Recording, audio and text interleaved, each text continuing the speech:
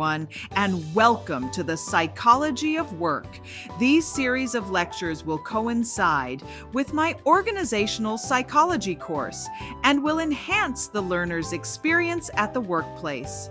I will be reviewing an article titled Psychology of Work: Unveiling the Human Mind in Professional Settings by the NeuroLaunch editorial team, published in 2026.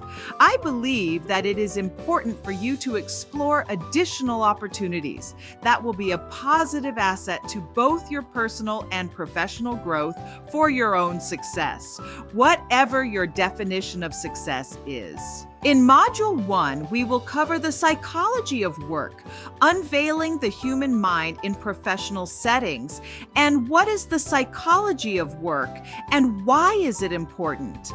Module 2 will present the main theories of work psychology. In Module 3, we will review the cognitive landscape of the workplace.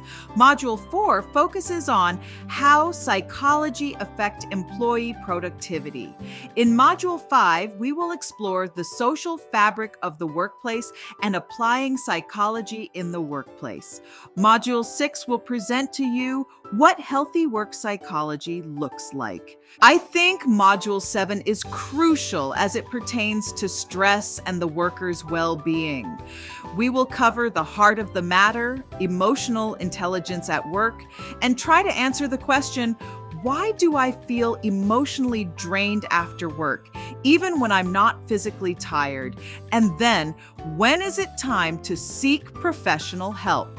Lastly, in Module 8, we will attempt to answer this question: can workplace psychology explain why some teams perform better under pressure than others? I truly believe that these series of lectures will be an added benefit to you and your personal and professional growth and development. As always, please feel free to contact me should you have any questions, issues, or concerns.